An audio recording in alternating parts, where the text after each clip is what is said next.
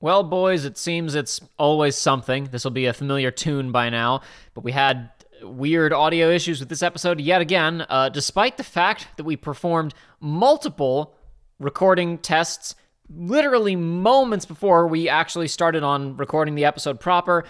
During the recording of the episode proper, my microphone has an odd echo going on in the background that was not present in the tests beforehand.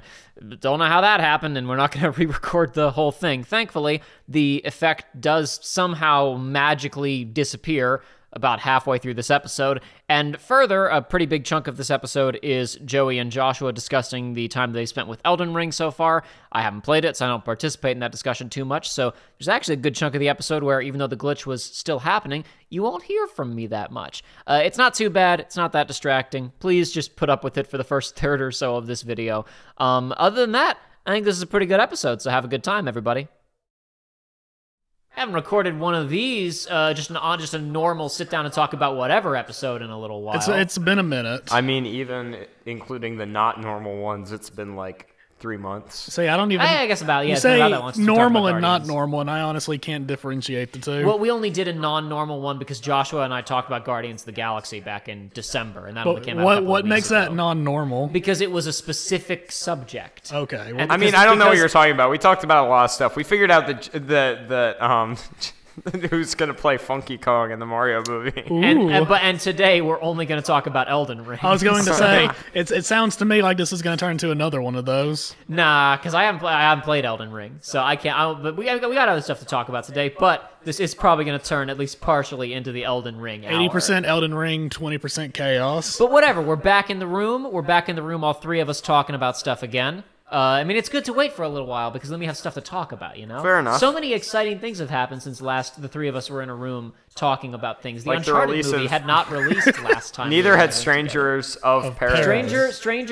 Not strangers, My just bad, strangers, stranger. singular. I Stranger forgot. I always of say Paradise. Jack doesn't strangers have any too. real friends. Final Fantasy Are Origin. you kidding me? You've seen how they become friends. I have. There's nothing more true than that. We all have the same crystal. I They all really scream the like same. of all the things people are making fun of with that game. When somebody tried to like get people to start dunking on that clip of all of them teaming up at the beginning of the game. It's like, no. That's totally. What are you talking boys. about? That was I don't know. normal, See- male detected, opinion tolerated. See, I don't know if I've mentioned this before, but it really reminds me of a plan that my friend and I have one day, and hopefully we're going to make friends from doing this. One of these days, Okay. we plan on just hopping in the back of his car with a bucket full of shovels, and we're going to go down, like we're going to go early down to a beach that's not too far away, and we're just going to put the bucket with the shovels in it, and we're just going to start digging. Maybe have a sign that says, Digging. come join us or whatever. We got shovels. And we're just going to dig, and we're just going to see how many dudes will just come yeah, up to us and baby. start digging.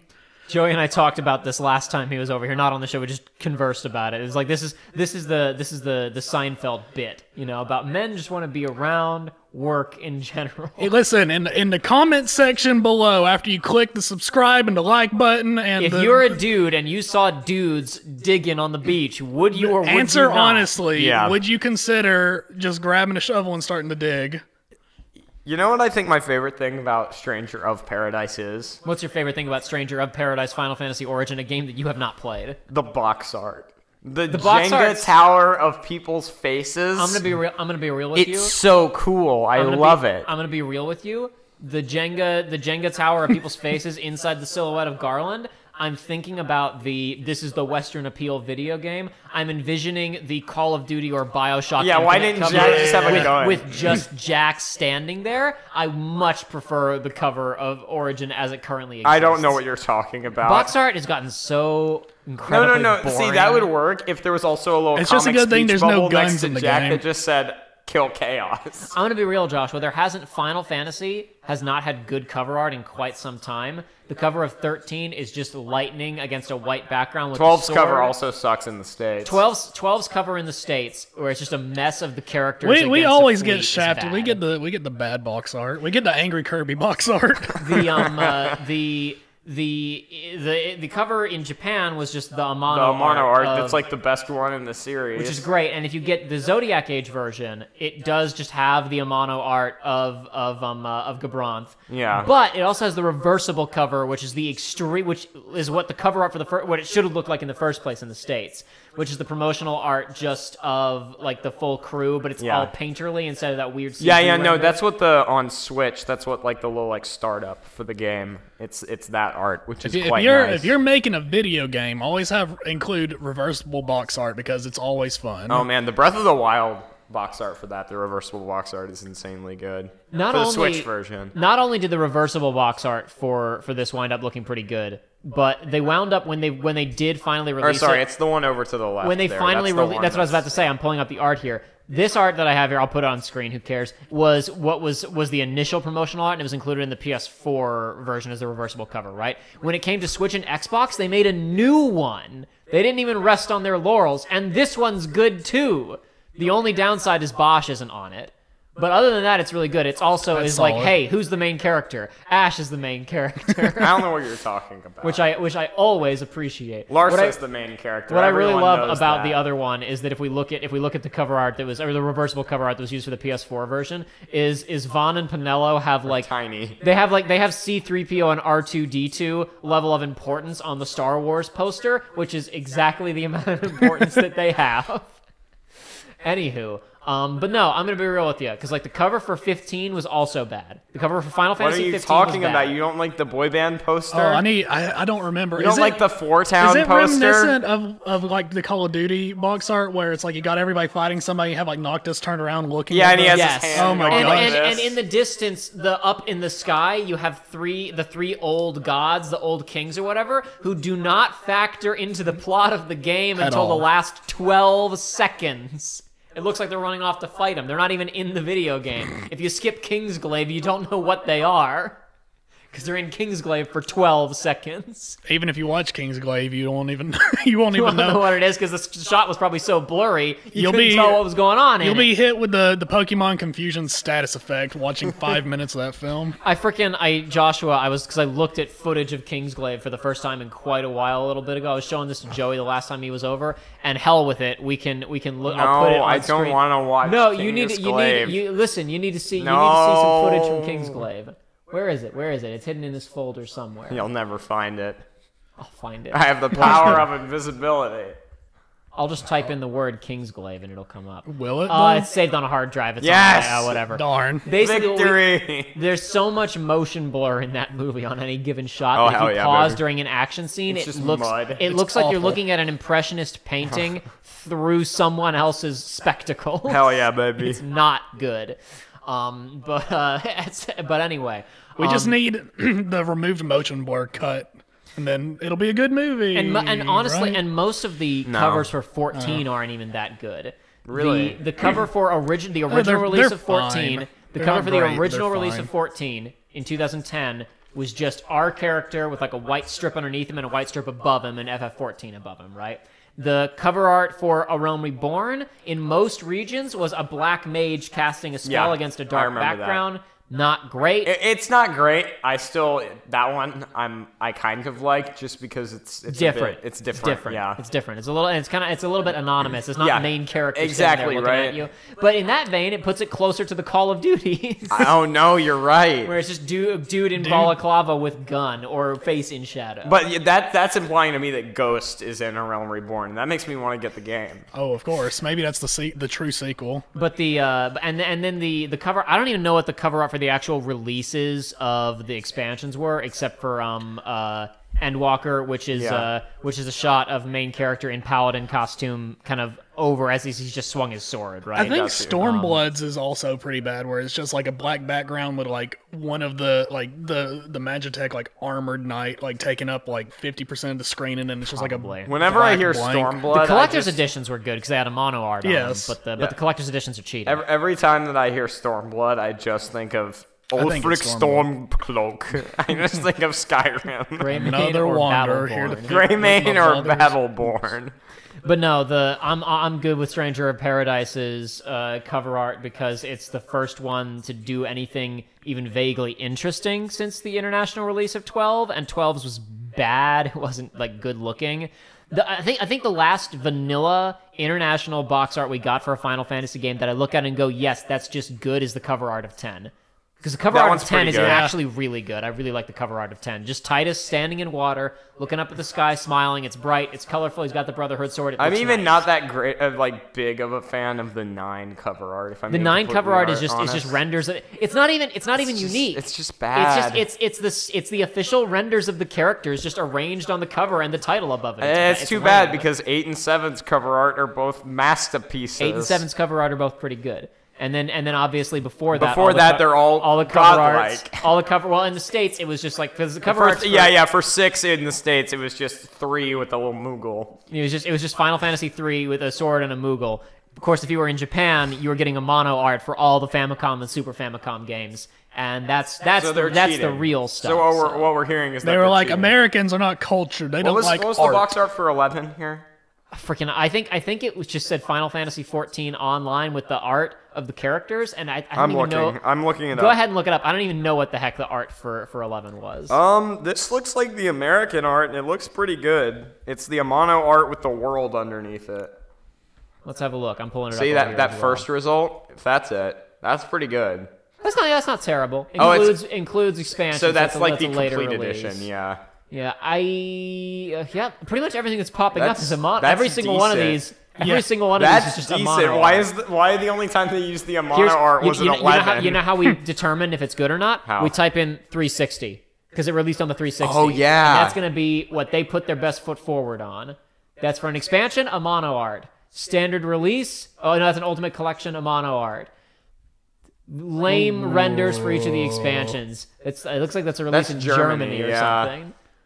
Oh, they got really shit. Oh, there you go, right there. It's just the Amano art over on the far right. Yeah. Okay, yeah, this is just that's what I was seeing in my mind. Is just the logo. But I mean, that's still and the title, and it's white. That's still Amano art, though. Yeah, it's fine. I mean, it looks classy. That's the best one from this from this millennium. It's not. The main BioShock issue is Infinite. it's just. What are you missing. talking about? BioShock Infinite's box art is perfect. Hey, the good thing about Infinite is it has reversible box art, and the reversible box art I remember being okay. They actually held a vote for the reversible box art because people were so pissed off about how bad the art of I can't even remember the name of Troy Baker's character in that game, Booker, because it was so lame. Booker that they actually, DeWitt. That's Booker DeWitt. I was going to say Booker T. Washington. That was very wrong. They actually held.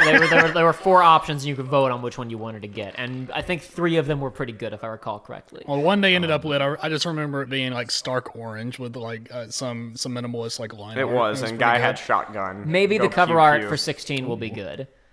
Maybe the cover art for 16 will be good. Who knows? We need to get a reversible box art for Stranger of Paradise, where it's just Jack with his big goofy smile. The Photoshop of him smiling. Yeah. It's not going to come up until but this may actually release around the same time if I get it out in a timely manner, because I want to say it's like 2 weeks from now. The next live letter for FF14 where they're going to be talking about patch 6.1. Yeah. And they're basically discussing. They've said we're not going to talk about what the next expansion is going to be, but the patch cycle. Because for the most part, the patch cycles after each of the expansions. For anybody who doesn't know, after each of the major expansions for FF14, there's then also a patch cycle of new content following that before the next expansion, right? And the patch cycle usually has almost as much content in it as the expansion did. It'll be using the maps from the expansion often. There'll be some new maps. There'll but be it's new a ton raids of stuff and just staggered over in terms of the raw story, like the quantity of story content. You're basically getting another expansion for free after the first expansion. Yeah. But Endwalker, even more so than previous expansions, is like, okay, we're done. The story is concluded. We're finished. There's not stray plot threads to wrap up, really, like there were with some of the other expansions. So obviously they're going to be setting up new stuff, but the main thing they've been saying is that there's going to be the quotation marks, you're going to get back to your adventuring roots. We want the theme of the patch cycle to just be adventure. It's like low stakes, exploring, like just doing random None of the characters can fall in love because they're all in love with adventure. All that sucks. Put me in... No, that was a One put Piece me in reference. charge. Yes, it was. Put me in charge because this is what we do. Like an anime, now that it's finished, you start putting out the OVA content. Next patch cycle, it's the beach episode. Please be excited. Oh yeah, baby, hot Joey, spring. Joey, you and I have That's next. Oh yeah. You and I, Joey, sometime agreed a while ago that Tataru is the best of the Scions because everyone else is running around getting their butts kicked in fights and stuff. Tataru is just, she's balancing that budget. She's financing everything. So one of the main quest lines of the next expansion, is called Tataru's Grand Venture. And so I think you're just going to help her start a new business. Which is exactly what I want to do after walking to the end and saving all life everywhere and whatnot. What's left? Listen, you may have made it to the end, but you didn't make much money. Yeah. You didn't make a lot of money What along about the your way. 401k? In fact, I would say you spent a lot of money. We have other issues to resolve first. But no, just because we're talking about cover art, I was thinking because they did release key art for the patch cycle, which is obviously the Warrior of Light has his default appearance, and he's had the the official costume in each of the previous expansions for his, his job. And the art is basically, it's kind of a collage of all of your different appearances around the outer periphery, and then it's you in the center, just like in traveling clothes with a backpack, walking towards the camera. Like. And I'm like, if you got You're rid a of the literal collage, demigod, and it's just like time to go back on the road again. this is something that the Night Sky Prince has been talking about a lot on Twitter. It's like the power scaling of 14 has gotten so like the Warrior of Light is the strongest Final Fantasy protagonist. How are you gonna go kill rats? Like what's gonna happen? Jacob, at they're gonna this be point? really big rats. They're very, very large rats. They're going to be from the Chaos Dimension. To be completely fair, in actual fights where you're fighting So alongside the Jack Scions, crossover is what you're saying is gonna happen now. That's the third patch cycle. We're getting Jack in here. Jack is back. If there Jack was, is back. if there was a, oh my god, this brings up the fact that Gact is also backed. I forgot Oh, Gact no. is back. In Final Fantasy VII First Soldier, which is the Fortnite game on your phone, they added in a Gact costume. No you can get way. dressed up as Genesis. Gact is back? Gact is. Oh my god. Gact is backed. It's not his appearance because it's not his face, but the costume's back. You can get the Genesis costume. I'm so happy. Though if I was playing that game, the only costumes I would care about is they've added PS1 polygonal Popeye forms of the party. You can play as Cloud, Tifa, Barrett, wonderful. Yuffie, Vincent, etc. in their PS1 forms, which, as far as I'm concerned, is the only costume worth getting. But I don't play that game, so I don't even know what the. I don't know how the. I feel like playing it as the Tifa one would put you at a huge disadvantage. That's a pretty big hitbox. Just a much bigger hitbox, yeah. Barrett's pretty chunky too. Yeah, I don't even know what that game looks like. They could do. Yeah, no, dude. It looks like flipped assets from Midgar in Final Fantasy VII Remake, but spread out across a lot of just like open grass and rocky space to make a battle royale game. But the freaking maybe there could be a Stranger of Paradise FF Origin. That would be so raid. good. I'd be so happy. There's been Nier raid, Return to Evil East raid. You could do a. There's nothing, and there were Final Fantasy 15 timed quests. There was a quest line where lightning showed up, because there has to be. There could be a freaking. You mean Eclair? Call her by her name. There could be a freaking. There's no reason there couldn't be a Stranger of Paradise raid series in FF14. Why not? FF14 is its own. Stranger of Paradise FF Origin. I don't know if you guys know this. Is its own Final Fantasy raid series. Oh, really? Because all of the areas that you go to are, even though it's like set in FF1's world on its world map or whatever, it's like, okay, so in FF1, right, there is, because people have been looking at some footage of that game and going, this is ridiculous. Wasn't FF1 like castles and dragons and stuff? And that proves your ignorance, you fool. It was castles and dragons until you got to the part where you went underwater to where the mermaids lived, and a few hours later when you went to the Sky Fortress where you fought robots and had to defeat a supercomputer. Yeah. Because FF1 is just a crazy D&D campaign and nobody cares, right? There were no rules in that game. And so, for example, the Sky Fortress. They really should have just made whatever the factory reset, FF1 game. We're just gonna make an action RPG out of it. It should have just been the Adventure Zone. It would have been so easy. Just make it the exact same tone. My understanding is that hold on one second. Let me fix one thing here and the computer real quick. No big deal. I'm making a slight adjustment on my end, make something easier for myself in the editing process. Doesn't matter. Anywho, whatchamacallit. So for example, the big, like, the Sky Fortress is in Stranger of Paradise FF Origin, but now it has music from and is based on the aesthetics of the moon base from 4. And when you look out the window, it's not sub-atmospheric. You can see the planet down underneath you. That's cool. Similarly, there's a whole plot line in FF1 about pirates. There's a whole town that is being run by people with goofy pirate voices, right? Yeah. So the dungeon for that area where you have to go find the pirate captain is based on, Joe, you'll know this because it's from A Realm Reborn, the early 4-man dungeon where you have to go through a bioluminescent cave and there's a pirate hangout in there. Oh, yeah. So that dungeon is now based on FF14 and has FF14 music in it. Huh. Most of them, unfortunately, are dungeons or cramped, dank places. Like the 12 representation is King Wraithwall's tomb.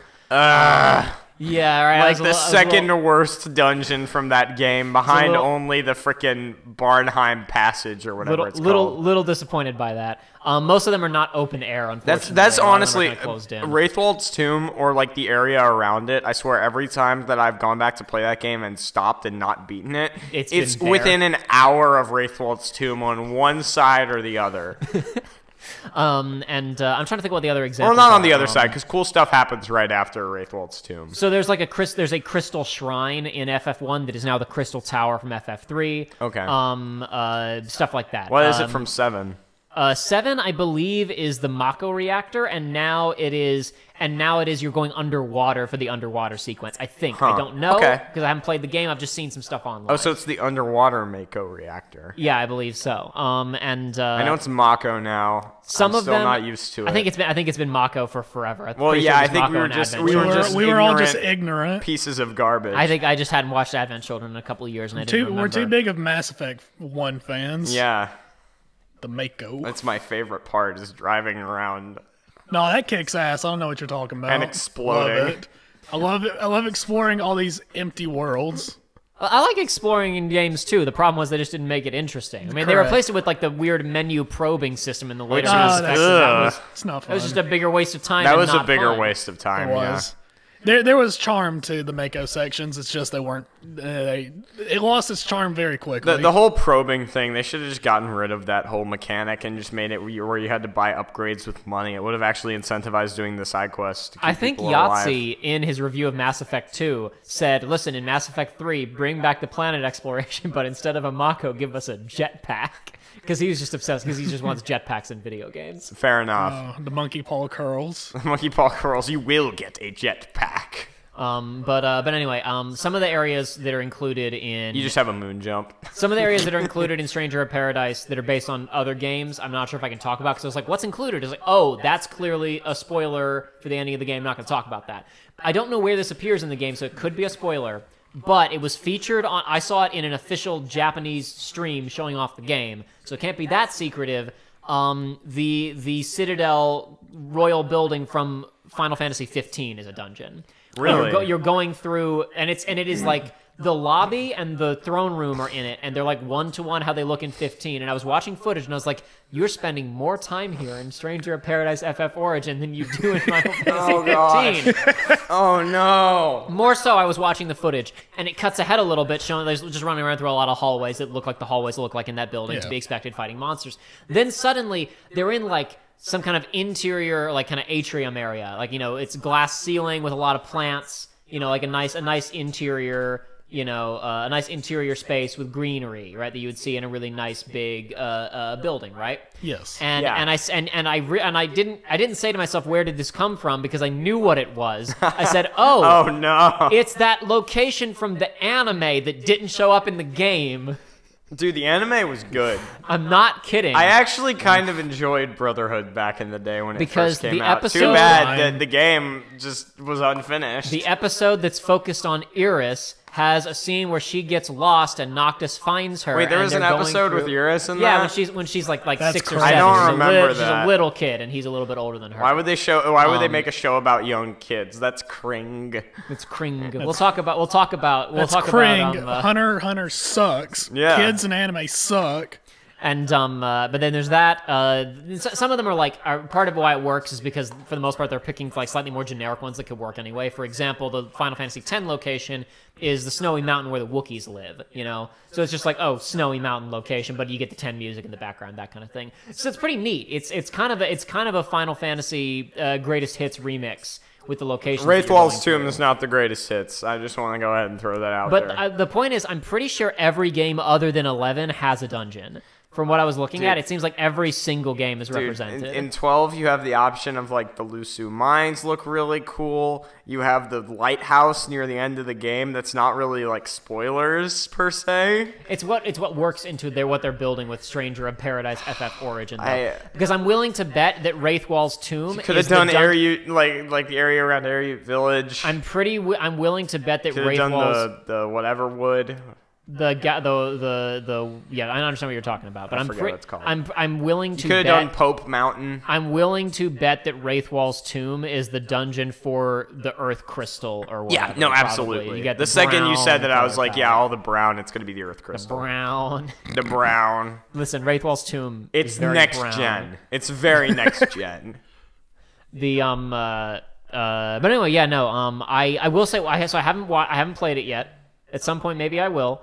There's a bunch of problems with the game in terms of its design, because most people are saying the combat's pretty good. I haven't even played the demo, but I believe there are no problems. What I remember from the demo is it felt pretty good. Joey, have you seen?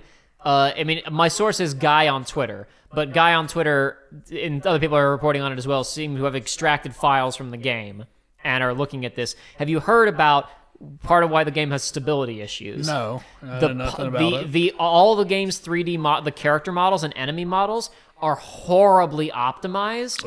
A single enemy model is like 30 megs of raw geometry before we get into textures and anything else. Like, people were saying this bat has 3 times as many polygons as Noctis did in FF15. Oh, baby. So that explains why that's how you know it's good. So that explains why the game has such a hard time hitting frame rate. Listen, that's just a feature because it's like a cinematic slowdown. Sure, why not? Yeah, absolutely. That's how it is in old Dark Souls when you roll through a bunch of barrels and the game goes to 5 FPS. And if you play the PS4 version, it looks like an early PS3 game. But who cares, right? But I will say one thing, because there's been a lot of talk about Chaos and Jack and the boys and whatnot. And how Jack is back. I'm gonna say something right now, okay? I watched like the first 30-ish minutes of the game, and I've seen a few bits from later on, and we've all seen plenty of clips of him talking about Chaos and blasting Limp Bizkit, whatever. I'm fairly confident there cannot be anything in the game more unhinged than the first 30 minutes. And it has nothing to do with Jack, Jed, Ash, Chaos Crystals, blah, blah, blah, blah, blah. So that you haven't seen any new memes. No, it is.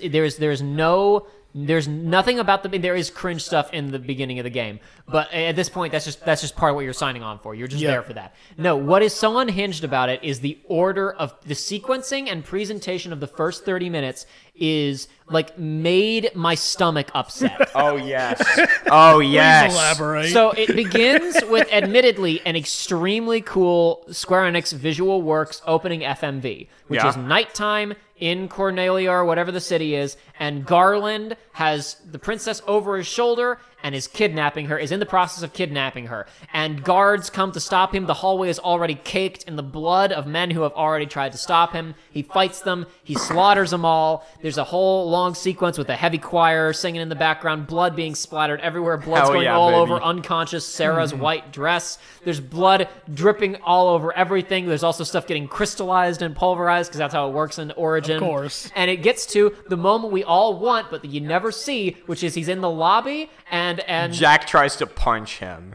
No, there's tons of dead guards on the ground. More guards come in. They look around. They see it and they run? No, they just kind of stand there, and when Garland walks towards them, they all just kind of back up and let him leave. Yes! That's so good. Yes, sir.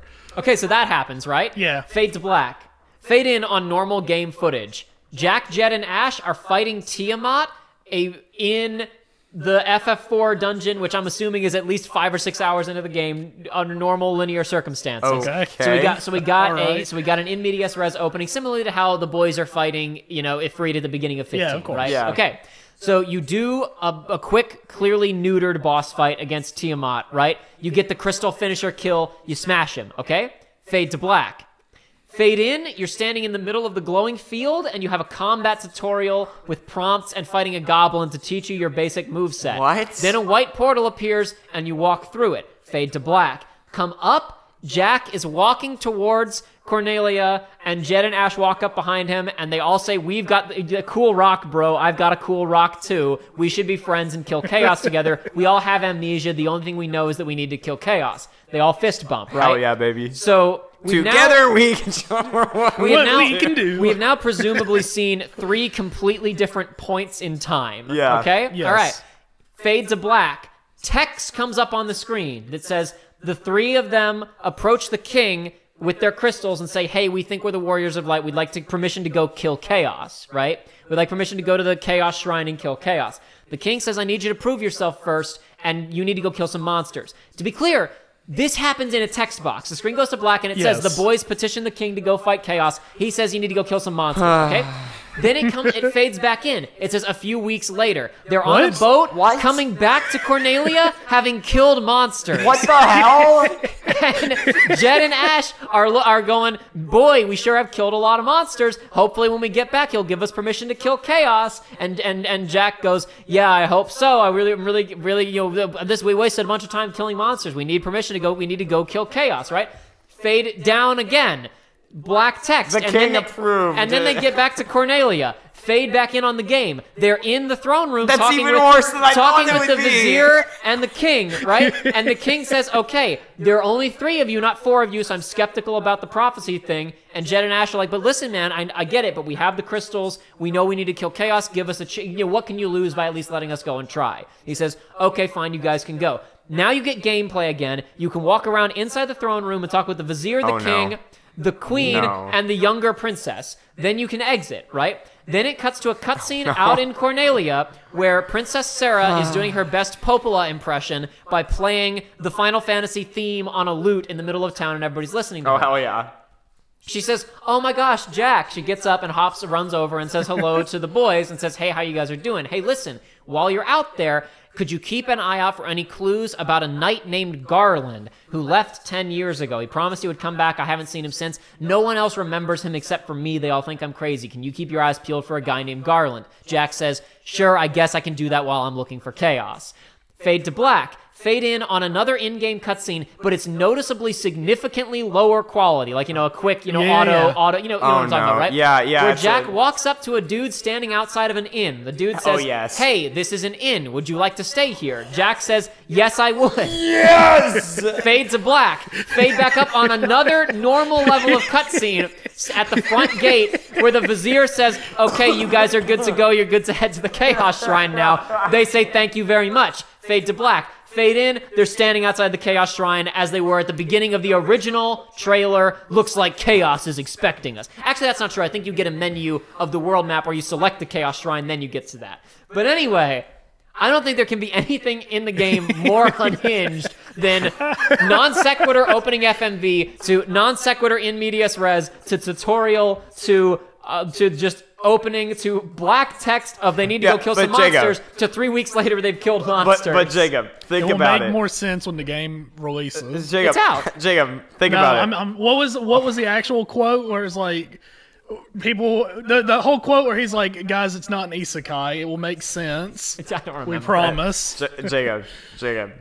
Everything will make sense when you get to that boss that you were fighting at the beginning of the game. When you get back to him, it won't. It won't make sense. And the audience will go, "That's the thing that happened at the beginning of the game." And then everything will make sense. Here's the thing, right? It's fairly easy from this basic framing, especially because we already know from trailers that when they fight Tiamat in the normal sequence of events, Neon, the girl, is with them. So it's very easy from this, and what we already know about the guy's name is Jack Garland, to guess that there may be some kind of time loop involved. So it's fairly easy to go, oh, the gold field probably isn't just an abstract tutorial zone, it probably has to do with being the beginning of the time loop or whatever, right? These are easy things to guess. It does not forgive how funky the sequencing is of non-sequitur FMV the non sequitur boss fight, which you win, into tutorial, into beginning of the game. It doesn't make any sense. Into, we need to go talk to the king. They talk to the text box saying they talked to the king. They had to go kill monsters. That's just a reference to the first game because, you know, it's retro. It's text boxes. It's fine. And also, if Sonic Adventure taught us anything, you always start your game in the middle of a boss fight. Of course. It's true. Listen, there's nothing can go wrong with it.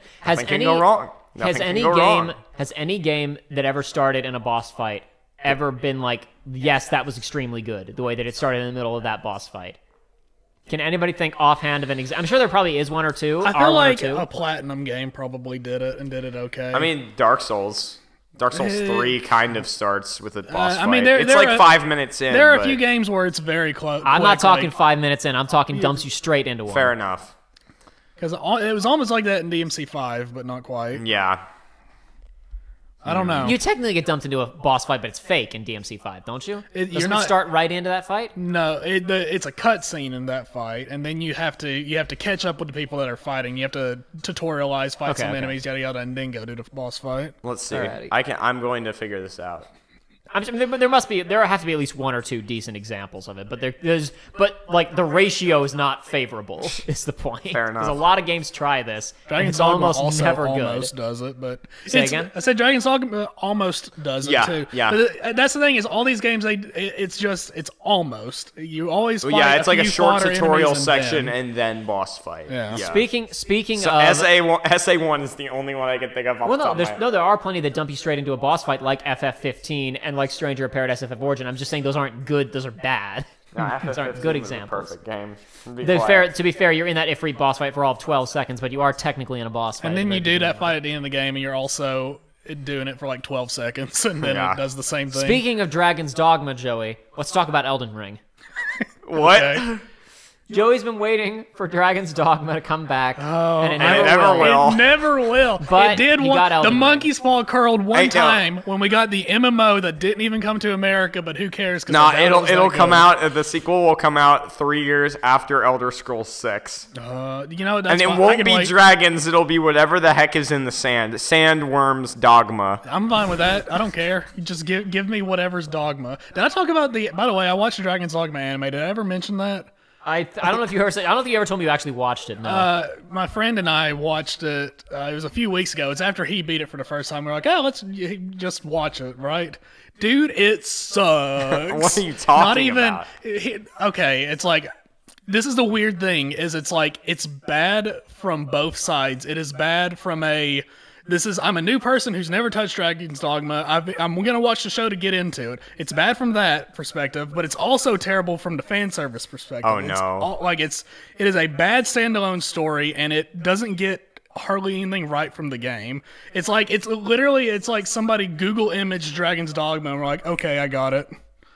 It's nice. Terrible. The only thing I can say about it is sometimes the graphics are okay. How's the Shenmue anime going to be, though? The Shenmue anime is going to delete the Shenmue game from existence, if it's even mediocre, because there's going to be no reason to play Shenmue if you could just watch the anime. But anyway, talk you two. Elden Ring. Tell me what's going on with Elden Ring, because I haven't seen or heard anything about it, obviously. I don't know anything about Elden Ring. Game's pretty mid. Have you heard of Stranger of Paradise? Yeah, that game's much better before we get off received. the Stranger of Paradise, I do want to state, I told you I accidentally convinced one of my friends to buy the game. Oh, hell yeah, baby. We were just chatting. This is before the game came out. I was like, hey, man, Stranger. He's like, yeah, whatever. I've played some Final Fantasies, yada, yada. I was like, dude, you gotta watch this clip. And I just showed him stuff from the trailer. He's like, that's goofy. And I was like, yeah, it's made by the people that made Neo. He's like, what? I was like, yeah, it's a Souls-like. It plays like Neo. And I said that, and I was at his house, and I saw him go to the PlayStation Store and pre-order it.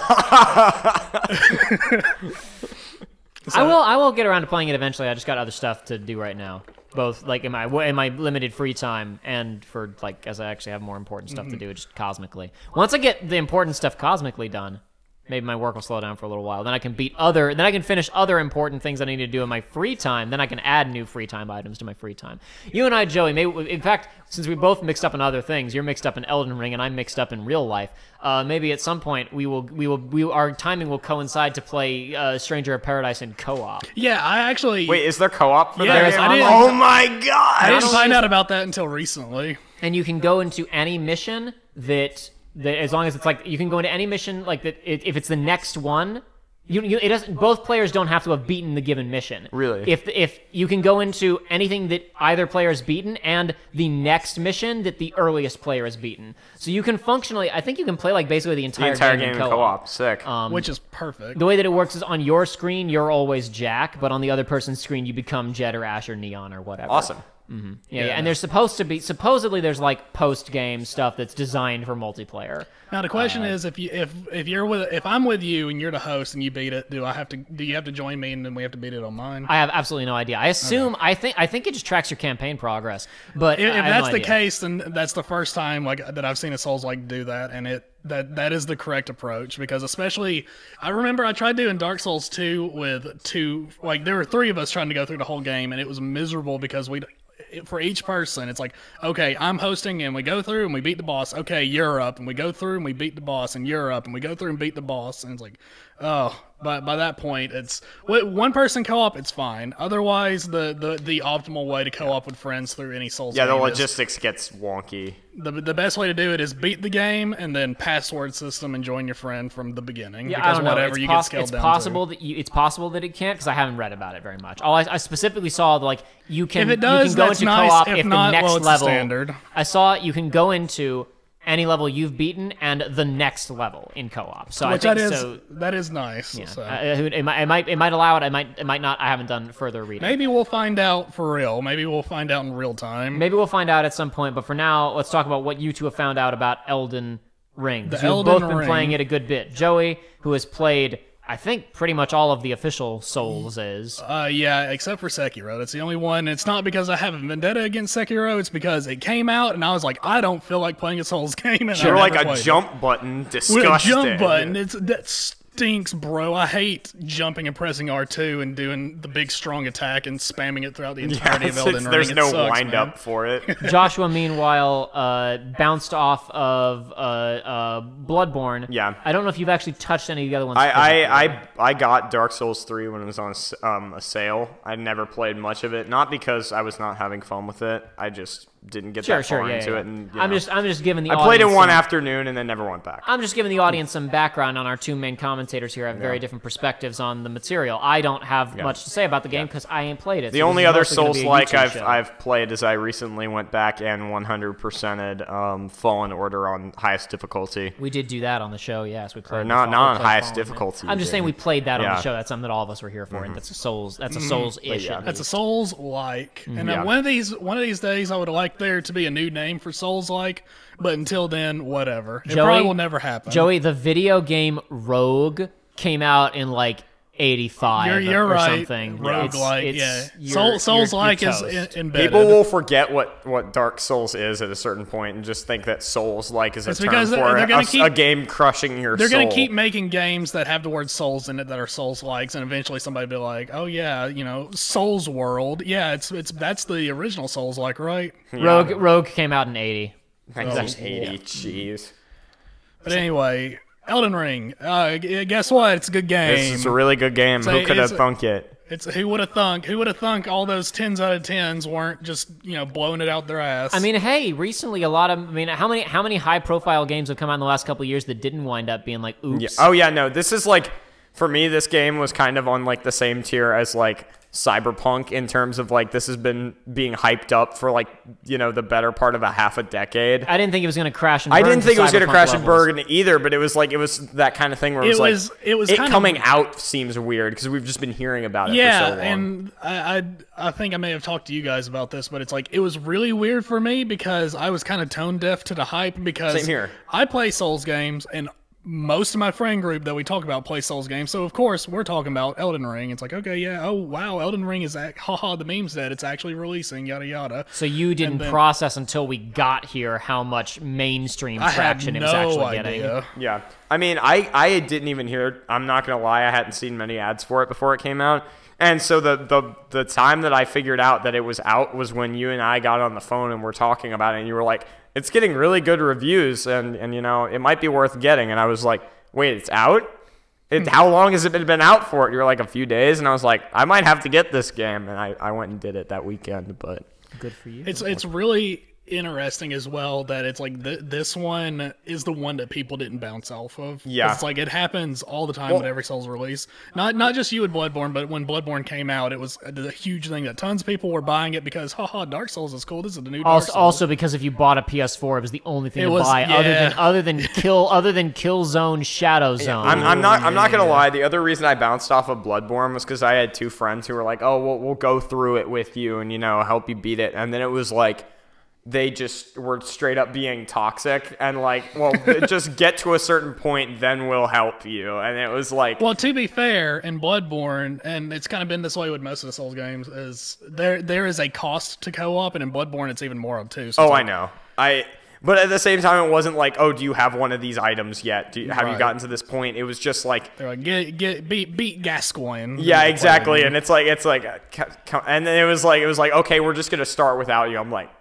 Oh, okay. Never mind. What are you trying to pull? And so here? honestly, I kind of stopped playing just as much because I was like, I don't want to keep going because these guys are being asses about this. And the thing is, like, to players that are experienced, like in the game, the co-op cost usually doesn't come into play, but it's always there, and it's like. If you end up coming across a wall that you're really struggling with, you'll eventually run out.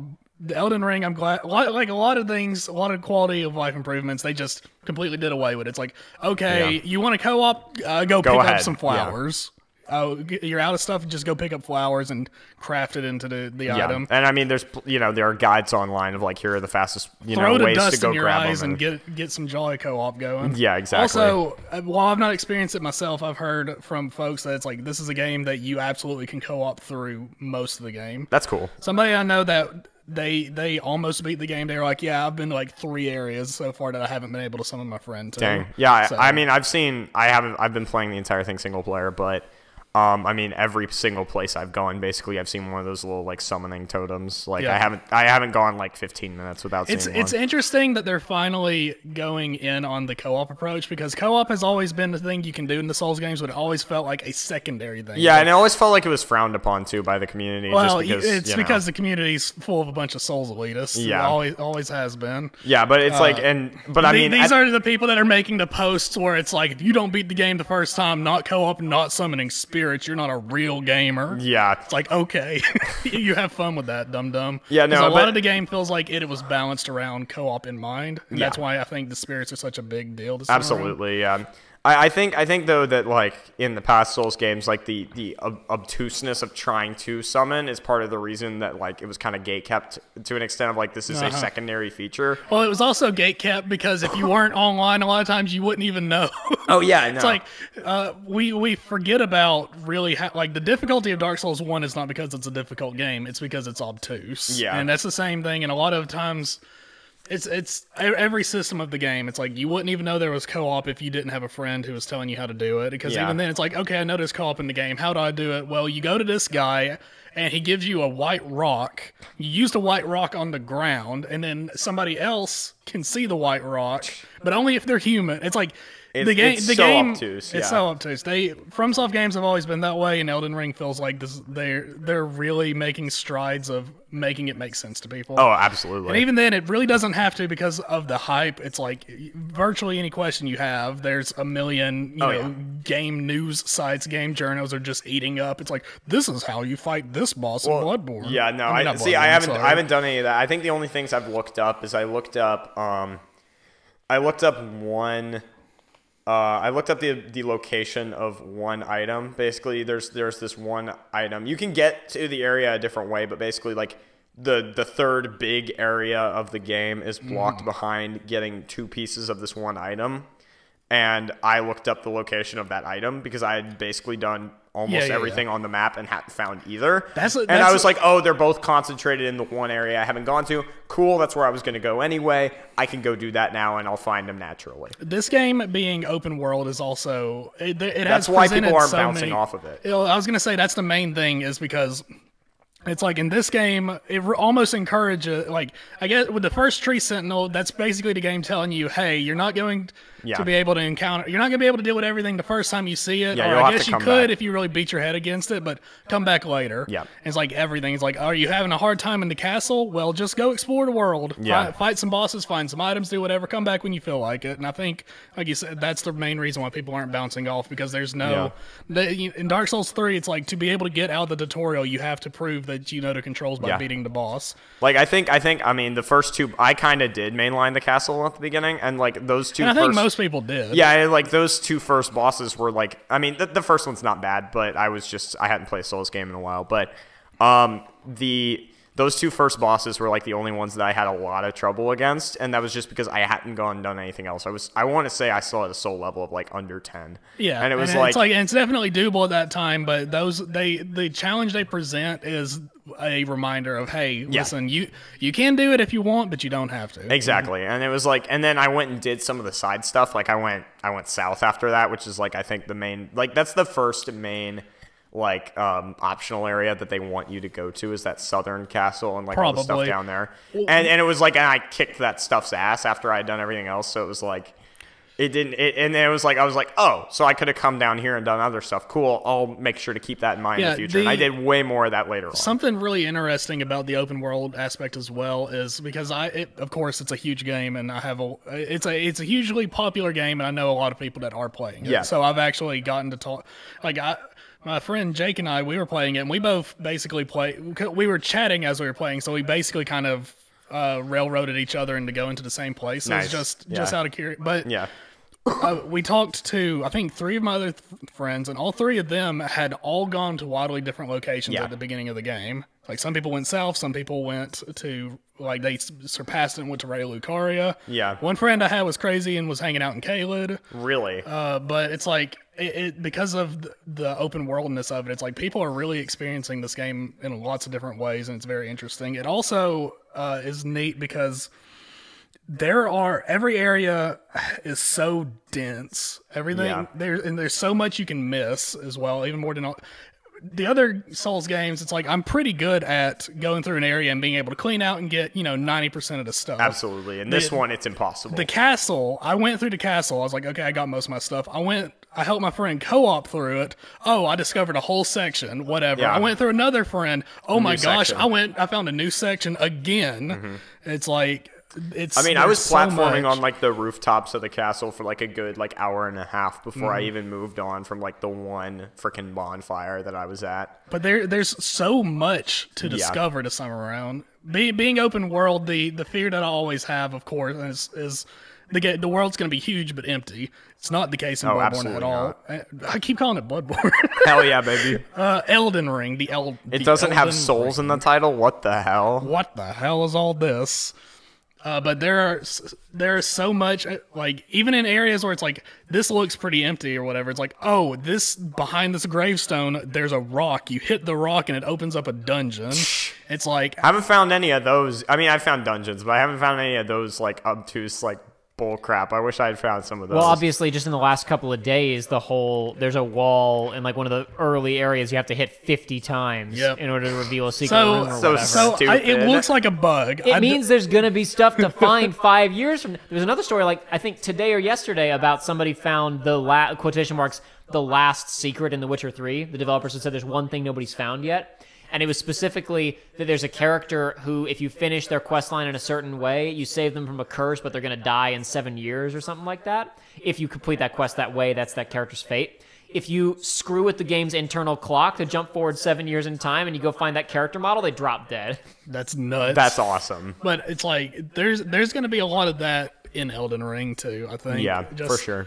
I'm still under the assumption that 50-hit wall is a bug, but that also is a problem of, it's like, okay, well, it's a bug in this one area. How many other areas are bugged with it? That would be really bad. Miyazaki is creating schizophrenics because I've already seen, like, I'm going through an area and I see a white ghost of somebody with, like, the wheel, the spinning wheel weapon, and just, like, cutting a wall. It's like, this dude's seeing if hitting it 50 times works.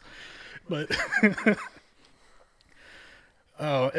I've been having a really good time with it. I told you Yeah. guys like an hour before I came over here, I finally beat it. Yeah. But I feel like I finally have the entire map opened up. It's finally the entire map is clear, but I still feel like, Or so you think. or so I think, because there's also I don't know for sure that I haven't found all the underground stuff. Yeah. yet. Oh, yeah. No, for sure. I mean, I've only found 2 different underground areas as of now.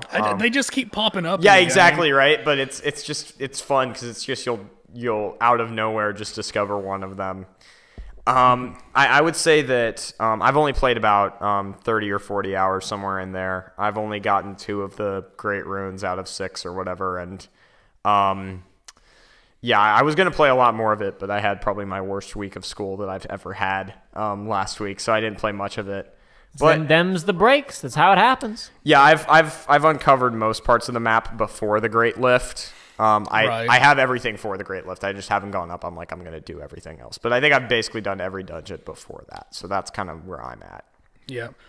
So you're just talking about different weird things people are going to discover along the way and whatever. This is less of a discovery and more of just like internal discovery, but more an example of how like people are going to be finding new. I think about Breath of the Wild. Like people are still doing new weird stuff in Breath of the Wild, like 5 years on or whatever, right?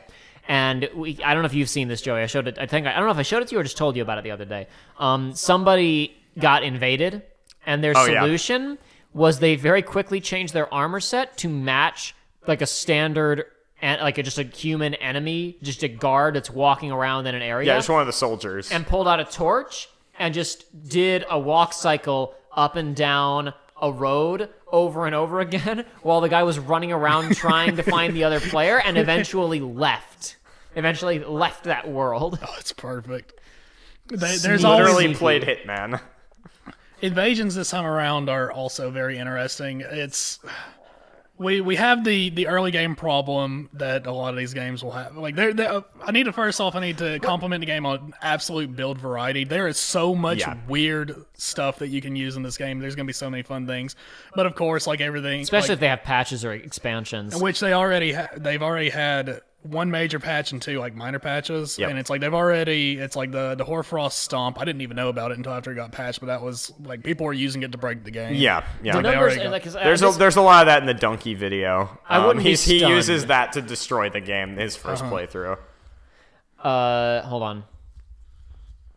The sale. I wouldn't be surprised if this game gets support for a while, because I was looking at numbers for this earlier. This is like one of the biggest new IP launches in quite some time. Basically, whatever country you're looking at, this is probably going to be one of the best-selling games of the entire year. I don't know. Then again, I don't know what is it going to be up against this year. Well, no Call of Duty. No, there is a Call of Duty this year. Oh, this year there is one. Next year, there's not going to be a Call of Duty, which is going to be. So they actually have Grand Theft Auto 5 will still be number 2 or number 1, so it doesn't matter. Oh yeah. Yeah, what else Who is knows? even The coming sales out? might go down There's because gonna Grand be Theft Auto Online is free on PS5. If they don't count that towards sales, You're right. that might actually cut into their sales. There is going to be Ass Creed for sure. Ass Creed is going to sell a lot of copies. I think even that's getting done. I think they were doing some like the expansion for Oh, really? Valhalla got delayed or something. Okay, I well don't then remember. Pokemon Scarlet and Violet. Oh, will you're right. sell There's a bunch. Pokemon game coming out. That'll be the 2 Pokemon games came out this year because technically Arceus came out this year. People are saying that game's okay, which is surprising for Pokemon. Too bad I don't believe. I'm just kidding. I've seen it. It looks fine. It looks fun. I'm just it looks like Pokemon. The Pokemon tried to make a Monster Hunter game, and they're just not very good at it. Hey, you know what? And it's still decent But because it seems, it's Monster I was gonna Hunter. say, it It's still the seems thought that counts. it is. Going back to the patches of Elden Ring, though, you were talking about getting support. They've already, in the very first patch, they already did things that I wanted them to do with one of the Bloodborne patches, so there's no telling what is in the future, because the first patch they did, they added like 2 NPCs, and they like expanded a few of the NPCs' quest lines Really? in the game. So we're already getting some weird stuff like that in there. So there's no... Bloodborne got how many actual DLC expansions did Bloodborne get? There's 1 expansion, and Okay, I thought there was only the 1 for Bloodborne, but like Dark Souls 3 got 2. I think Dark it got Souls 3 2. got 2. Yeah. It got one of them, which was just kind of a bonus, and then it got the one that's like, this is the end of the Dark Souls series.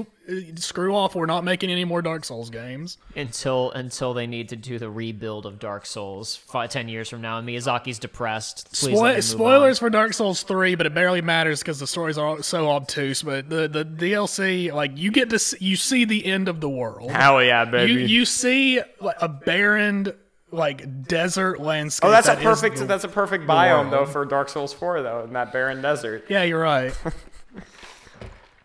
Speaking of biomes, boy, Elden Ring has had a lot of just absolutely beautiful and versatile environments. Have you been to the area underground, past I think it's called the Swaifa River? Yes, I have. My the friend, area with all the torches you have to light. Yes. Yeah, I've been there. That's my favorite area to get. That area is so pretty. Too bad those freaking Shrek guys can one shot you with the arrows. See, they two shot me. I'm not.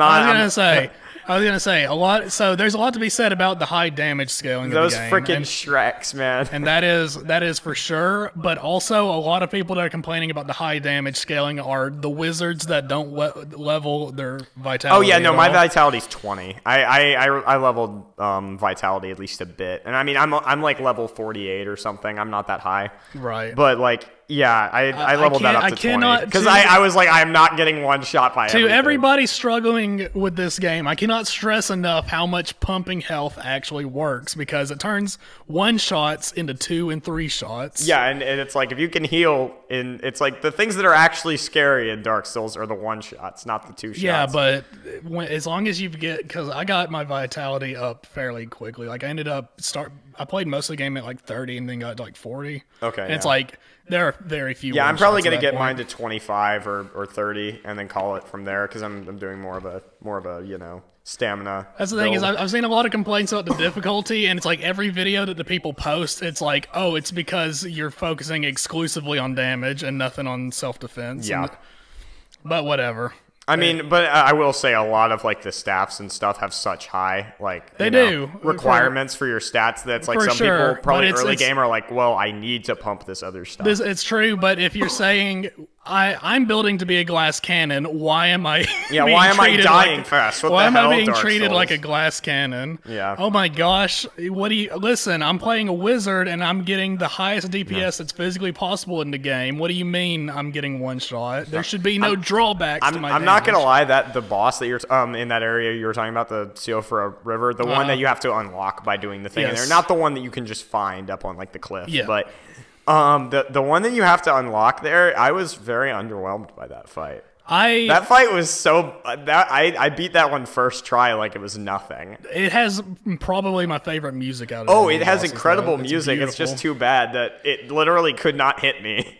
Yeah, well, spoilers, but you can actually fight it in a different zone, and that is the neutered version of the fight. There's a real version of the fight. Okay, good. Because I was like, this same music or different music? Same music. Okay, good. It's the same. It's the same boss, and it's the same boss arena. It's like, okay, it's basically this one is like locked to phase 1, and I was about to say, because I was like, it only has like 3 moves, and it doesn't have a phase 2, and I was like, this is just odd. I was like, this is like a boss you have to go through this whole rigmarole to even get to, and it's like... Well, I think the reason it was so easy is because you had to go through the whole rigmarole in the first place. I guess so. I died a lot to Shrek when I was trying to do that. The difficulty was unlocking the fight, not the actual fight itself. Fair enough. And there's a lot of that. So far, I've enjoyed almost all the bosses that I've fought. I still enjoyed that fight for sure. It was just very easy. I think they really outdone themselves with a lot of the fights. It's like Dark Souls 2 was the king of having the most fights in the series, but it's it's funny. Every single fight in that game was just a shadow man. You see, it's like, which Souls game has the most fights? It's like Dark Souls 2, and then you see like list of like best to worst fights in Souls games, and all the worst ones are in Dark Souls 2. No, this time around, Elden Ring... But I thought 2 was the best one, though. It is, though. It is, though, guys. This is the sequel. It's Dark Souls 2 too, which is why it's so good and why the world loves it. But I've been seeing that going around a lot. It's like, it's all the good ideas from 2 are back. And Elden Ring. Even my buddy Titchy Grin is back, kind of, only in Soul. But this one will definitely have the most fights and of any of the Souls games, and most of them are pretty decent. There are a few minor ones where it's like this is kind of rough. Like there's a the pumpkin head enemy. Yeah. It's like there's a double boss in a small arena of those guys. Really? And it's like that's stinky. Yeah, like fighting one of those is not that bad because you can stagger them pretty easy. But yeah, I could imagine how 2 of those would be really tough. But the majority of like the actual main bosses have all rocked. Yeah, the only one I was just kind of annoyed by was very recently where I was. So I'd finished the manor up in the top left of the early map. I know it's not the top left of the actual map, but like the top left of the early map. And you beat the boss there. And then you go to that area where the Dark Brotherhood lives, and it's not the Dark Brotherhood, but Chronicles. Yeah, but the Mages Guild more accurately. This is the second time in a row Joey's been here. We wound up talking about Sonic Chronicles. The Dark Brotherhood. Yes, but there's a dragon that walks around that area after the fight. And I fought that thing, and it was like, I was kind of, like, I had taken a lot of damage at the beginning of the fight, but it was like its attack patterns were pretty simple, and I felt like I was probably going to beat it first try. And then when it got to half health, it just teleported away, and I have no idea where it went. You'll find it eventually. I know I will. And it's like fighting a legendary in a Pokemon game, then? yeah, basically. And I was like, I'll find it eventually, and I know I will because this isn't a glitch. I could tell, like, it had an animation and stuff, but at the time, I was just like, I can't wait to find this thing in 10 hours and it to one-shot me or something. It will be 10 hours away and it will be at full health. Oh, fun. I'm so happy. See, that's what I was imagining. I was like, it's going to have all of its health back when I find it again, The funniest thing is the area I was telling my friend about this because he got to the area before I did, but you're supposed to go one way and it's supposed to appear and you fight it. Yeah. But I was exploring the ass opposite way. Same here. I came around and I was you just walking. saw it in the distance? No, here's the thing. In this new area, because this is the next, this is where you encounter it the second time. Oh, the second time. I was just walking forward and I was like, why am I stopping walking? Is that what's happening? Is this a glitch? Am I rubber banding? And then it appeared out of thin air because I was running into its invisible Hell yeah, model. baby. I was like, awesome. Uh-oh. So one other thing, both of you guys started to talk about, and I stopped you because we could just talk about it on the air. Both of you had separate anecdotes about getting somebody into the game or something to that effect we were talking about at the beginning of this, I believe. You had some kind of anecdote. He was talking about the one with Stranger of Paradise. I was talking about Stranger of Paradise. I thought there was another one about Elden Ring. You had some kind of... maybe I'm mistaken. Joshua had an anecdote, though, about getting I mean, mine was pretty funny. It was the other underground area I found. It was more of like a traditional cave area. I forget its name. It was the one with all the ants. Yep. Yeah, so it's that area. And that was actually the first underground area I found. I found that before Siofra because I didn't go east on the initial map for a while. That was like the last way I went. But so I'm walking around this area. It's just like late one night at school, and one guy that it was an acquaintance at my school, right? He graduated last year. And he just, out of random, I have him as a Steam friend because we used to play like Civ 6 and some other stuff occasionally.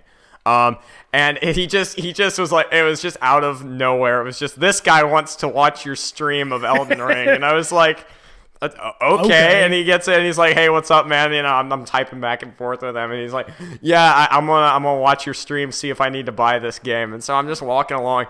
And then I run into that freaking like Thunder Drake boss fight that's in that area. And so I'm fighting this thing. And during the first fight against it, he just puts it like there's just a little message appears. And he's like, yeah, by the way, I'm gonna give you 10 tries to beat this, and if you can't do it, I'm not buying the game. No pressure. and I'm like, okay, time to get good. And I think I beat it like the 5th or 6th try. I was so proud of myself. You moved another unit. Yeah, that's the rarest trophy I have in the game right now is for beating that thing. Oh yeah, it's like a 15%. It's a hard optional area. That is a perfect transition to the next thing I wanted to talk about. Unless you guys have anything else to say about Elden Ring, which is my pursuit of the rarest trophies in Star Wars Battlefront 2. I hate you. I don't think I've got much else to say about Elden Ring. Really enjoying it. Only boss that I'm not liking is because I think I'm just bad at the fight. But last night I hit a wall and I was like on the verge of tears. I was so mad at this boss. I'm sorry. The lady in the bubble fight is kind of hard if you don't know how to fight it. Second phase, just roll at her and just freaking wombo combo her. Yeah, that's the thing. That's my advice because everyone gets stuck on that fight. I was telling you, I had to help experience. a bunch of my friends with that fight. And when I first encountered it, I didn't even realize it was like a big boss, and I just aced it. And I was like, "Oh, hey, cool." What's really funny is previously my friend had been talking. He was like, "Dude, there's this fight. You'll know it when you get to it. I've been stuck on it for so many hours. Yada yada." It took me like 2. And it wasn't terrible, but it also took me a while. I cleared that boss and then kept exploring the area because I was like, the dude was telling me there's a tough boss in this area. That's actually really funny. But yeah, no. Yeah, I actually see. I didn't get the hint on the first phase with that one. That was I actually looked that boss up not to get advice on the second phase because I was like, okay, I broke the shield once without even noticing that some of the people were like casting the spell, and I was like, how did I do that? Is it just killing enough of them? And so I was like, I looked that up, and then it was like when I finally looked that up after a few tries, it was like, close distance super fast, and I was like, yeah, that makes sense. That's what I was gonna try anyway. And then so I did that, and it was like I just kicked its ass. I actually experienced a bug with that fight twice with one of my friends where he was just summoning us in, and 2 separate occasions it made it where you go in and there was no bubble. Really? But the boss was invulnerable and there was nothing that spawned to take down the bubble, so it was your soft wall. Really? I was able to, thankfully, because I know a lot of people kind of drew I know the Yahtzee review of Elden Ring brought this up where he says it's like it feels like a frickin' Mario do a thing 3 times and kill the boss, right? Yeah. And it's thankfully my I had just enough attack power to where I could 2-cycle it, and that just made such a big difference because I feel like if it had been a 3-cycler, it would have just been so boring. Yeah. But no. All the fights have been pretty cool and pretty neat, except for that one. I forget the name of the lady. It's the lady that heals you when she hits, or heals herself when she hits you. Oh no, those are the worst. She has an attack that's almost undodgeable, and whenever she hits you, she heals herself. And it's not even if you take damages, even if you block the attack with 100% physical block shield, she regens a ton. That's horrible. That fight had me almost crying, but I did beat it. I'm so proud of you. Aside from that, though, I haven't had any complaints with bosses. Yeah, the only other one I've had a lot of trouble with, and it was mainly just because I fought it this last week when I was also like super stressed with school, so I was just getting way too into it. Was that it's the one in the area that starts with the C off to the Caelid? Yeah, Caelid. It's the one off in Caelid in the southern castle that it's like you fight the same like lion dude that you fight in the one other southern castle, but then after 30 seconds another knight drops out of a freaking like orbital drop pod. Hey, fun fact about that fight is it's actually skippable. Oh really? If you do a certain quest line, those bosses will just be gone from that arena. Really? But interesting. I'm glad I did it. It was a fun fight, but it was just like I had to, in order to kill that first one fast enough to where it wasn't like I was fighting both at the same time. It was like I had to use spirits, and I had to just get it into a corner and freaking combo lock it. It was like I had very specific tech. Crucible Knights are the new enemy for me that I don't know if I'm ever going to be good enough to fight normally. Yeah. But anyway, that's all I've got to say. Yeah. Elden Ring's good. It's if really you're good. Curious about it, go watch someone play it and then buy it because you'll want to. If you've bounced off of Dark Souls games in the past, this is the one to like get Dark into Souls, because you can just go left whenever you hit a boss you don't like. I was going to say, if you like Dark Souls, you'll like the game. If you don't like Dark Souls, you'll probably still like the game. Yeah. Anyway, rarest trophies. Oh, sure. Yeah. Star Wars Battlefront 2, baby. I'm ready. Basically at this point, all I have, because I always like to have some kind of time-wasty multiplayer game that I can, it's just something easy to do on afternoons or whatever to fill time, especially because this is something that I'm having to get over, which is that for a long time, my attitude toward games is, well, I could play that, but maybe I'll want to play it on, maybe it could be a good stream game one day. It could be good for the show one day. I'm now realizing that's stupid, and I need to stop doing that, and I need to just allow myself to enjoy video games. But regardless, this means that a lot of my focus on games in my free time has been towards multiplayer games, just, matchmaking, whatever. And I've been playing a lot of Splitgate, but as much as I like Splitgate, you only play one game for so long. I decided to switch to something else. Yeah. I didn't really feel like playing a Call of Duty. Yeah. I think there's still issues with Titanfall servers being hacked. So I was like, well, I could go back to Star Wars Battlefront 2 because it's not good, but it is fun. Sometimes it's I don't know about that one, Chief. You haven't even played it. Who cares? No, a game doesn't have to be good to be fun, and that is a fun game. The space combat's good and fun. The ground combat is the ground combat. The normal matchmaking, the just normal ground combat. I just hate the shooting. Is not good, but fun. No, I also hate the shooting. You gotta get specific guns or not worry about shooting. You gotta kill people with. The solution to not liking the shooting in that game is always playing as heavy and getting the abilities. Max out the cooldown speed on things, so you only have to shoot the gun for 5 seconds before you can pull out the explosive round minigun to blow away massive groups of people without trying. And then while that's cooling down, it's fine because you can pull out your 3-shot grenade launcher, which cooled down while you're using the minigun.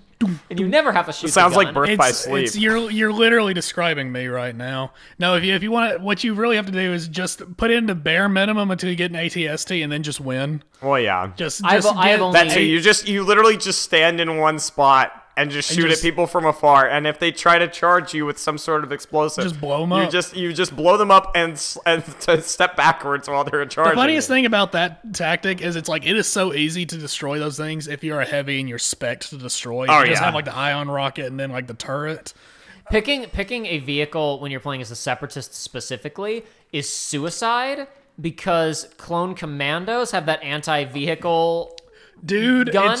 They can take out any separatist vehicle in 2 hits, and it has 3 hits. It's so stupid. It's so good at just regular combat, but it's literally you see a vehicle, it's oh baby, I'm rubbing my hands together, Josh, getting ready for the points. The droids in the prequels, they have that big yellow tank that features in the Phantom Menace, right? Yeah. So the clone commando from Star Wars Republic Commando had an anti-vehicle attachment you could put on their gun, and that's one of the moves the clone commando has in Star Wars Battlefront 2.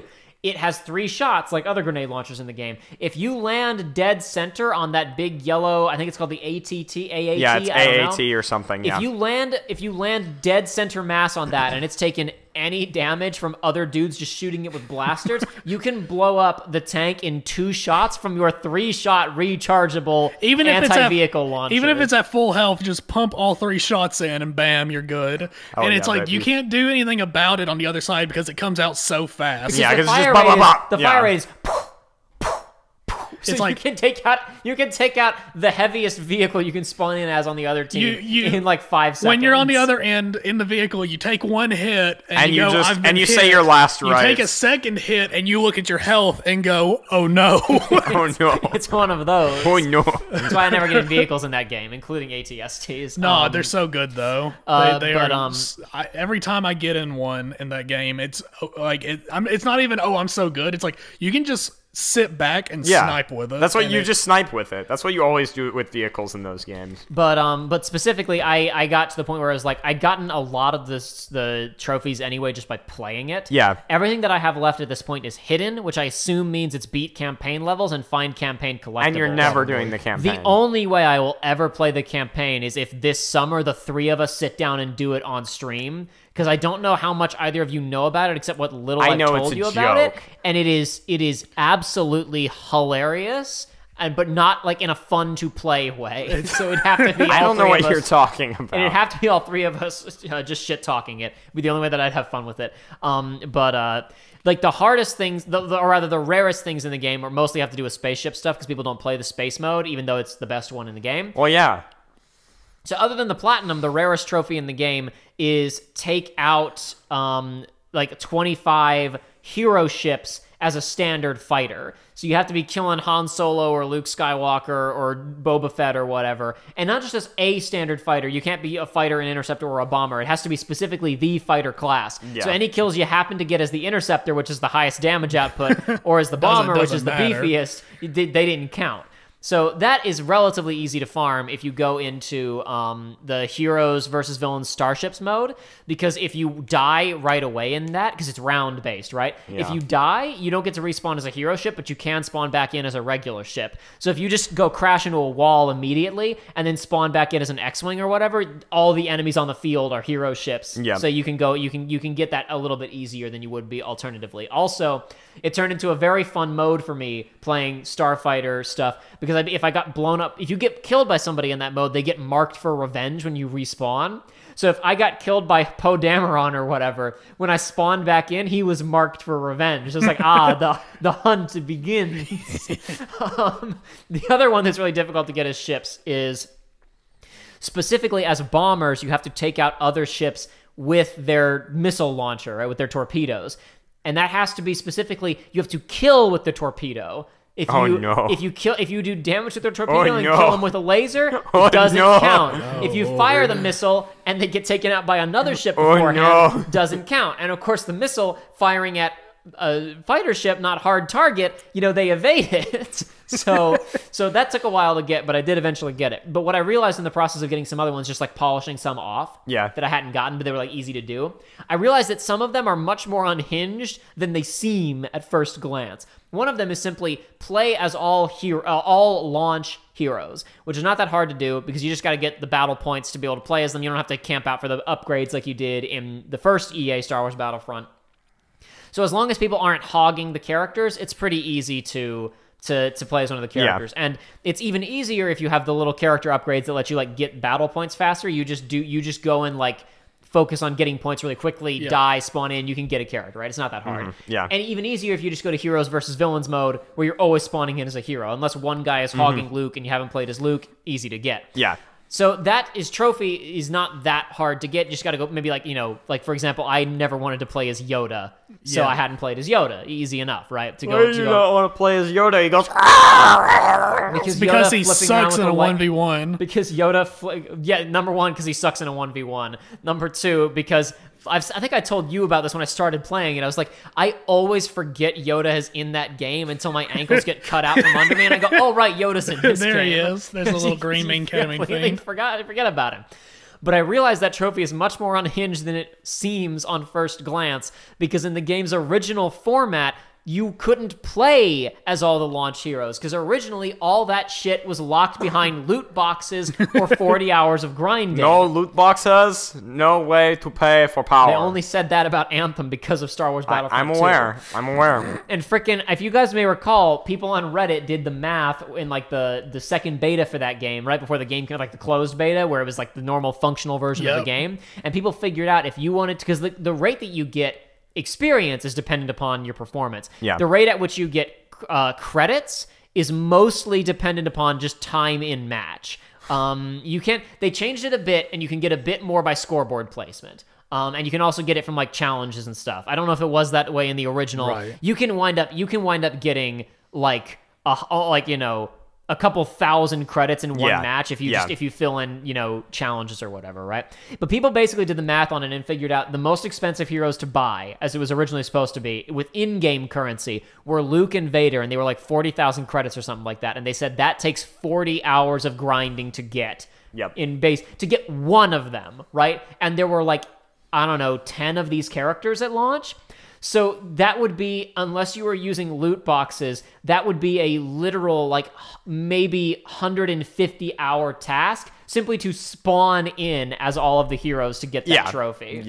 Imagine being the shill that they bought all the loot boxes and all that, and like, I got the platinum for this game. And then like they just a year later, got rid of it. It's just like, oh. Well, so the good news, if you'll recall, they changed it right at launch. There was basically no version of the game that you could purchase on a store shelf that had that crap in it. Oh, okay. Because specifically, there was because there was an open beta that we played. We actually made a research log of it at the time. But the closed beta. There was a closed beta in like the week before launch that was really just a stress test, but all that shit was in there. And so then people did all the math on it. Immediately did all the math. And I want to say everything, and that was where all the controversy got so heated in the 2 weeks leading up to release, that I want to say everything got patched out into the current format, or at least something resembling the current format, within like a week of launch. After the game released, if that. It might have been before it launched, I don't recall, but it was fixed almost immediately. There was like an extremely narrow window of time where you could purchase the game with money and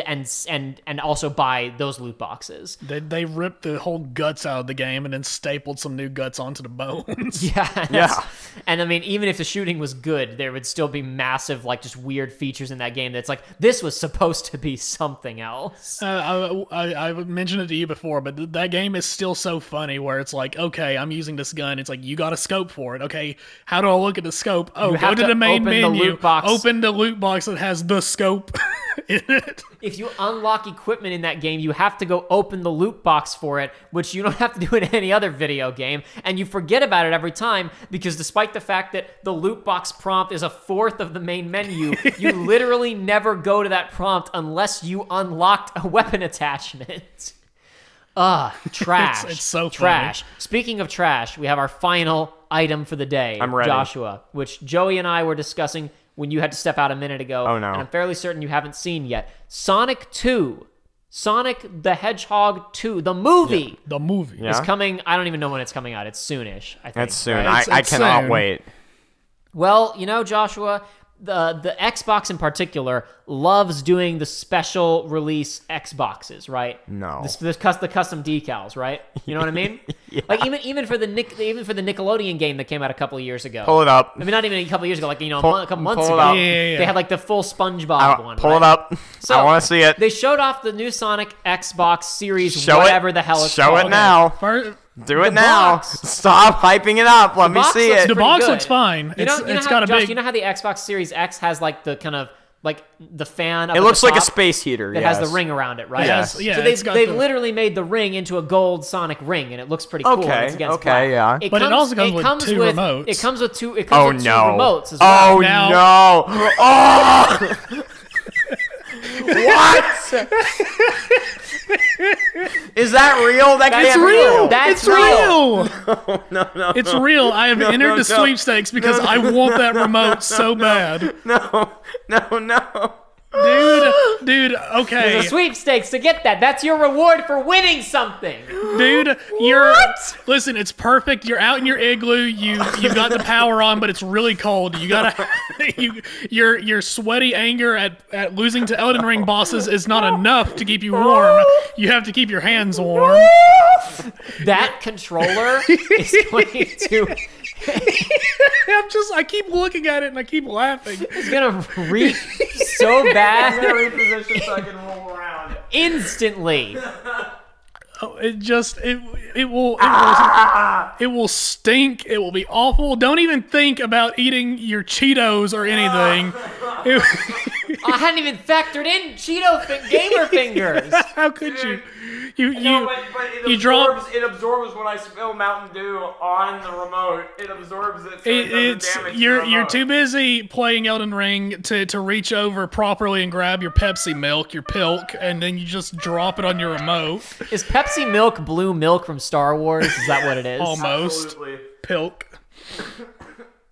Oh, it's like it's so fun bad. because even the blue one I can almost understand, but it's like I look at the red one, it's like this does not evoke the feeling of That Knuckles. that looks like the one Looney Tune character. Yeah, Oh, it does? It looks like Grungus. That's not what he's called. It looks like It it looks like what's his name's mustache from Looney Tunes. Yeah, it's freaking Elmer Fudd's mustache.